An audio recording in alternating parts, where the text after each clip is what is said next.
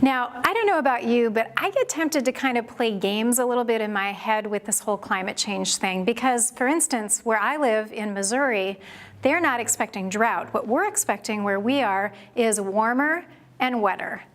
Now, I grew up in the Upper Peninsula of Michigan, and I sort of feel like I did my time with winter, and so I hear warmer and wetter, and that actually sounds kind of cool. You know, I start thinking, you know, break out the pina colada mix, like maybe we're gonna have tropical paradise in Missouri. And this is very bad thinking, actually. This is kind of like your big toe getting really excited about something that's going to cause a massive coronary. So this is not thinking in terms of climate, this is thinking more in terms of weather. And so I want to give you a different way to think about this that isn't pina coladas, but is something that I think we can all relate to. And that is having a fever. So we all know what a living system feels like when it is running a higher temperature than it was designed to run. And that's what we're talking about when we talk about climate change. We're talking about basically the whole planet having a fever, except that when I have a fever, I can sort of wait for a few days and that fever is going to break and I'm going to go back to normal after that. But that's not actually what's happening. What's happening on the planet right now is that the entire living system that we are living and breathing and walking around in is starting to run a fever, and that fever is going to keep going up.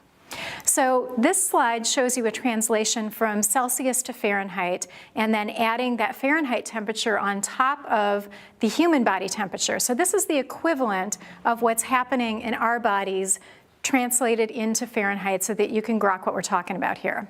So right now we're at a 1 degree rise, and this is like having, if you had 100.4 degree fever, that would be the equivalent of that. Now, most of us can work through a 100 degree fever. A lot of us still go to work when we have a 100 degree fever. So 2 degrees Celsius rise, though, is more like 102 getting into the 103 degree range. So that's what we're committed to at this point on the planet. And I don't know about you, but when I have 102 degree fever, I am flat on my back. It is very hard to function with that level of a fever. And the climate scientists are talking about if we don't actually get it together and change our habits at this point, we are headed for somewhere between a 6 and an 11 degrees Celsius rise. So a 6 degrees Celsius rise, when you translate that into Fahrenheit and add it on top of the human temperature, is the equivalent of having a 109 degree fever in your body. So humans die around like 106, 107. Okay, so we're talking about a temperature rise that our living system couldn't handle. Now, we have a lot of data points on human temperature rises, right? Every time somebody gets a fever, that's another data point.